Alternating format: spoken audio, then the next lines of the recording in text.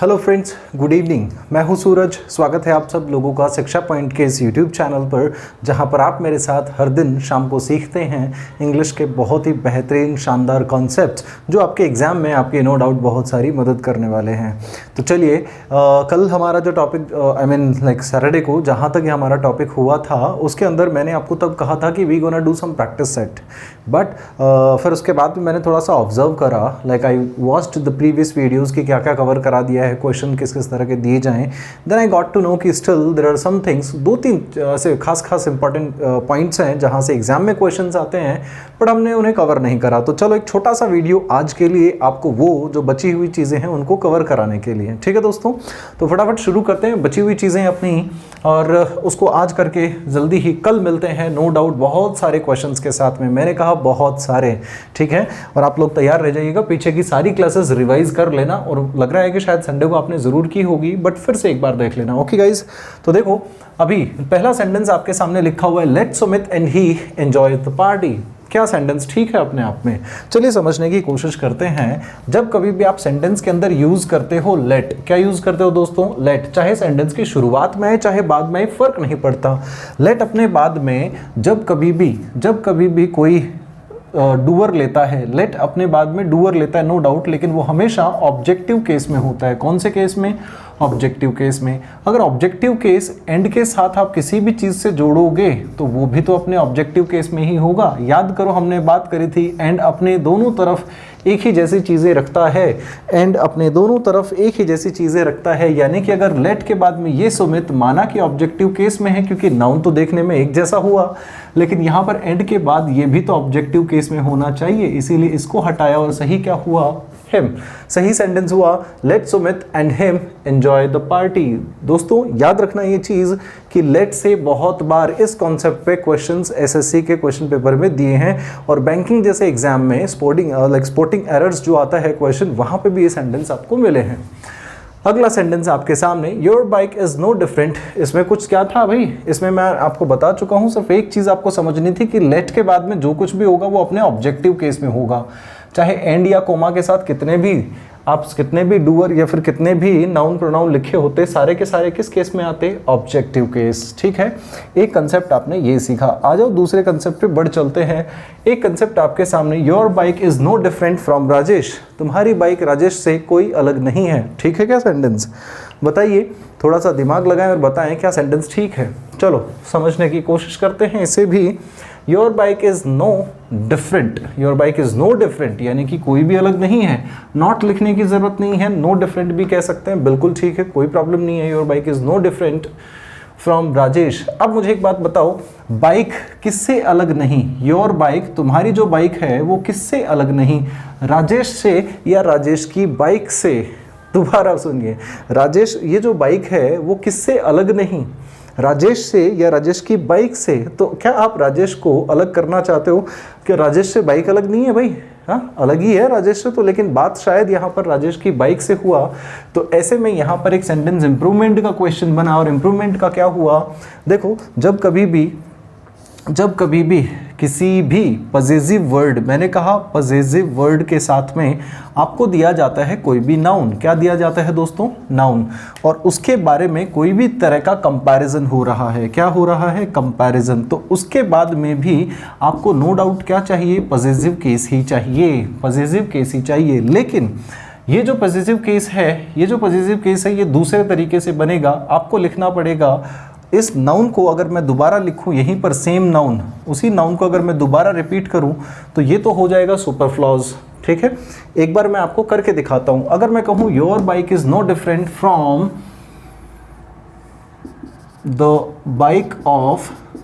Bike of Rajesh, अगर मैंने ये लिखा होता तो ये सुपरफ्लॉज नहीं हुआ क्या भाई? अगर कोई नाउन पहले आ चुका है तो उसके लिए दोबारा नाउन नहीं, क्या होना चाहिए? प्रोनाउन होना चाहिए। इसीलिए यहाँ पर ये नाउन या ना यूज़ करके हमें ज़रूरत किस चीज़ की पड़ती है? हमें ज़रूरत हमेशा पड़ती है नाउन के लिए दैट ऑफ की। किसकी? दैट ऑफ की। दैट ऑफ के बाद में आपको वो लिखना है जिसके साथ आपको पोजीशन बतानी है। दैट ऑफ, फिर यहाँ पर जो भी आपका नाउन या प्रोनाउन है वो दोनों में से आ जाएगा। ठीक है, तो यहाँ पर सेंटेंस सही क्या हुआ? Your bike is no different from यहाँ पर आपने हटाया, बाइक के लिए आपने क्या यूज़ किया भाई, फ्रॉम दैट ऑफ, और फिर किसका, राजेश, दैट ऑफ राजेश। ठीक है दोस्तों, शायद ये बात आपको समझ में आई होगी, नहीं समझ में आई दोबारा अगले सेंटेंस में देखिए। The climate of Rajasthan, Rajasthan का क्लाइमेट गर्म है, हॉटर है, ज़्यादा गर्म है देन गुजरात, गुजरात से गर्म है या गुजरात के क्लाइमेट से, गुजरात का क्लाइमेट से राजस्थान का क्लाइमेट ज़्यादा गर्म है। समझिए, क्लाइमेट का कंपैरिजन क्लाइमेट से होगा, क्लाइमेट का कंपैरिजन हम गुजरात से नहीं करेंगे। मैं कहूँ मेरी इंग्लिश ब्रिटेन से अच्छी है, अरे भाई नहीं है, I know, I am just, चलो कोई भी दूसरी चीज़ ले सकते हैं। मैं कहूँ मेरी आइसक्रीम आपसे अच्छी है मेरी आइसक्रीम आपसे अच्छी है, तो क्या ये बात ठीक है? नहीं है तो टेस्ट करके देख लो। Like I just want to say कि जो मेरी आइसक्रीम है वो आपसे कैसे अच्छी हो सकती है भाई, आपकी आइसक्रीम के साथ ही तो कंपैरिजन होगा। मैं कहूँ ये मार्कर आपसे अच्छा है, अरे भाई आपके मार्कर के साथ तो कंपैरिजन हमेशा लाइकवाइज होता है, ये हम जानते हैं, हमने इस बारे में चर्चा भी की थी, लेकिन मेन चीज़ हमने छोड़ दी थी, और वो क्या थी कि इस तरह के जो क्वेश्चंस आपको दिए जाते हैं, जिस किसी भी नाउन की आप बात कर रहे हो उसके लिए आपको चुनना पड़ता है प्रोनाउन। क्या चुनना पड़ता है दोस्तों? Pronoun, correct. और वो हुआ दैट, तो आपने लिखा the climate of Rajasthan is hotter then comparison के बाद में आपको गुजरात नहीं, गुजरात का क्लाइमेट, तो क्लाइमेट फिर से लिखेंगे, सुपरफ्लोज होगा, इसीलिए इसके लिए आपने चुना एक क्या, प्रोनाउन दैट, और फिर लगाया दैट ऑफ गुजरात, तो यहां पर आ जाएगा ये शब्द। सही सेंटेंस क्या हुआ? The climate of Rajasthan is hotter than that of Gujarat. Got that? एक और सेंटेंस देखते हैं, her jeans looked more beautiful than that of Sneha. ठीक है सेंटेंस दोस्तों, इसमें तो कोई दिक्कत नहीं है भाई, जीन्स के लिए हमने दैट यूज कर लिया। ठीक है, याद करो हमने एक छोटी सी बात सीखी थी, कहाँ पर, डेमोन्स्ट्रेटिव प्रोनाउन में हमने सीखा था दिस और दैट हमेशा किसके लिए आते हैं, जब क्या हो, चीज़ें सिंगुलर हो। अब याद करो आपको एक छोटी सी बात, नाउन के अंदर हमने एक चीज़ सीखी थी, कुछ कैटेगरी वियरिंग आर्टिकल्स नाम से, वियरिंग ड्रेस आइटम्स, ठीक है, जिनमें SEIS लगा होता है और वो हमेशा प्लूरल ही होती हैं, जीन्स, प्लाजोज, याद आया कुछ, पैंट्स याद आया? नहीं, जैगिंग्स, लेगिंग्स, तो उन्हीं चीज़ के अंदर तो है भाई, ये हमेशा कैसी होती है, ऑलवेज प्लूरल है ये, और दिस और दैट तो सिंगुलर के लिए यूज होते हैं, तो प्लूरल के लिए क्या हुआ दोस्तों, दोज। याद आई कुछ बात? ठीक है, तो her jeans looked more beautiful than, that of नहीं, इस दैट को हटाकर, क्योंकि ये दैट आप किसके लिए यूज करने वाले हो, इसके लिए भाई, जीन्स के लिए तो क्या होना चाहिए, दोज ऑफ। समझ में आई बात? समझ में आई कि नहीं आई बात? बिल्कुल आई होगी। चलो भाई आ जाओ अगले सेंटेंस पे। The team took its position on the ground, the team took its position on the ground. क्या सेंटेंस ठीक है? चलिए एक और सेंटेंस देखते हैं। The army was wearing it's dress. चलो ड्रेस ना यूज़ करके एक अच्छा शब्द यूज़ किया जाना चाहिए, ये होना चाहिए यूनिफॉर्म। अब सेंटेंस आप मुझे बताएं, क्या सेंटेंस ठीक है? The army was wearing its uniform, army अपनी वर्दी पहने हुई थी। ठीक है, चलिए अगला सेंटेंस और देखते हैं। The team supported there captain, team ने अपने कैप्टन को सपोर्ट किया। समझ में आ रहा है कुछ? नहीं, ये कहानी शायद आपको समझ आई होगी, इसको एज इट इज़ जैसा मैंने नोट्स बनाए हैं वैसा का वैसा बनाएं। अब देखते हैं हमारा एक और नया 3rd नंबर का कंसेप्ट जो मिसिंग था, बहुत ही प्यारा, बहुत ही खूबसूरत कंसेप्ट, ये आपको ज़रूर पता होना चाहिए। खैर अगर आपने नाउन ठीक से पढ़ा है तो आपको बिल्कुल भी परेशानी नहीं होगी, समझने की ज़रूरत है। चलिए आइए समझते हैं। आपने एक चीज़ सीखी थी मेरे साथ में, और उसे हमने कहा था कलेक्टिव नाउन। क्या कहा था दोस्तों? Collective noun. कलेक्टिव नाउन होने का मतलब हुआ जब एक ही जैसे लोगों का एक ग्रुप बनाया जाए, उस ग्रुप को एक अलग नाम दिया जाए, उसे कलेक्टिव नाउन कहते हैं। अगर मैं बात करूं आर्मी की या टीम की, तो इसमें सारे प्लेयर्स, इसमें सारे सोल्जर्स मिलाकर एक ग्रुप बना, आर्मी टीम, यही तो हुआ। अब क्वेश्चन क्या है? क्वेश्चन ये है कि इनको हमेशा हम चाहे तो सिंगुलर चाहे तो प्लूरल, ज़रूरत के हिसाब से टीम, टीम्स, आर्मी, आर्मीज कर सकते हैं। लेकिन अगर मैं कहूँ इस एक सिंगुलर कलेक्टिव नाउन को भी आप 2 तरीके से यूज़ कर सकते हैं। कैसे यूज़ कर सकते हैं दोस्तों? वही अपने पुराने 2 शब्द। अगर मैं कहूँ ये यूज़ हुआ है यूनाइटेड, कैसे यूज़ हुआ है दोस्तों? यूनाइटेड, यानी कि इस टीम ने जो भी काम किया, टीम, या फिर यहाँ पे लिखता हूँ मैं कलेक्टिव नाउन, कोई भी कलेक्टिव नाउन, अगर कोई भी काम ऐसा हुआ जिसमें सभी का पार्टिसिपेशन एक जैसा रहा, सभी का टारगेट एक जैसा रहा, सभी का आउटपुट एक जैसा आया, तो ऐसे में आपने कहा टीम का वो काम कैसे हुआ, यूनाइटेड।